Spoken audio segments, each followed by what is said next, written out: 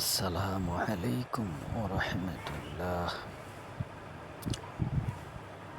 Study hub Raihan চ্যানেলে সবাইকে স্বাগতম।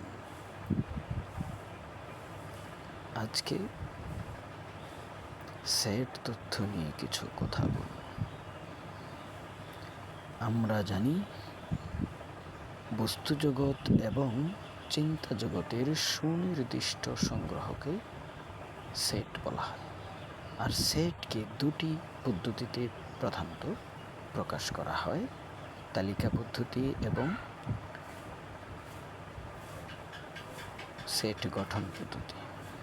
আবার সংখ্যার আকারেও সেটকে প্রকাশ করা যায়। তালিকা পদ্ধতিতে সেটের উপাদানগুলো সরাসরি উল্লেখ করা হয়, তবে সেট গঠন পদ্ধতিতে চলকের মাধ্যমে উপাদানগুলোকে প্রকাশ করা হয়। উদাহরণস্বরূপ, যদি আমরা একটি সেট এ নিই যার উপাদানগুলো হলো 3, 4, 5, 6, 7, অর্থাৎ 3 থেকে 7 পর্যন্ত স্বাভাবিক সংখ্যাগুলো এই সেটের অন্তর্ভুক্ত রয়েছে, এবং আমরা দ্বিতীয় বন্ধনী দিয়ে সেটটিকে প্রকাশ করেছি। ঠিক এই সেটটিকেই তৃতীয় বন্ধনী দিয়েও প্রকাশ করা যায়, তবে তখন আমরা শুধু প্রান্তীয় মানগুলো উল্লেখ করব। অর্থাৎ তৃতীয় বন্ধনী দ্বারা প্রকাশ করলে 3 এবং 7 শুধু এই দুটি প্রান্তীয় মান উল্লেখ করা হয়। তার অর্থ হলো 3 থেকে 7 পর্যন্ত সবগুলো স্বাভাবিক সংখ্যাই এই সেটের অন্তর্ভুক্ত। তবে এই সেটটিকে প্রথম বন্ধনী দিয়েও প্রকাশ করা যায়।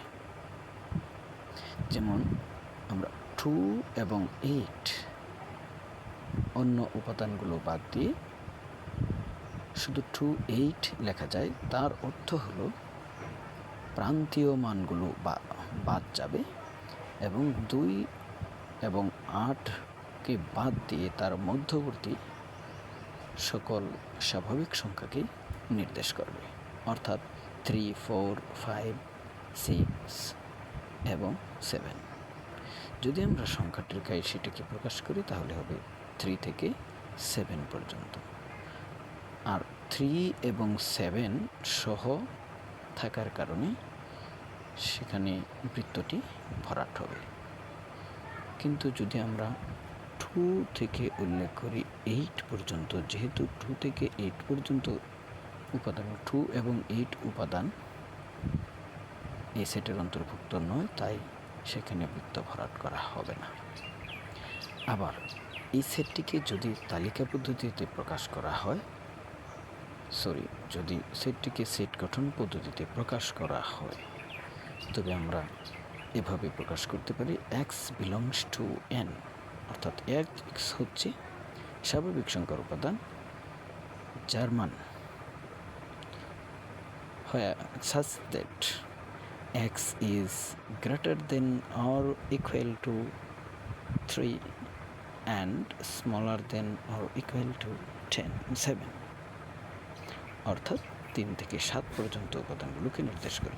আবার এটিকে অন্যভাবেও প্রকাশ করা যায়: x belongs to n such that x is greater than 2 and smaller than 8, অর্থাৎ 2 থেকে বড় এবং 8 থেকে ছোট স্বাভাবিক সংখ্যাগুলোকে নির্দেশ করবে।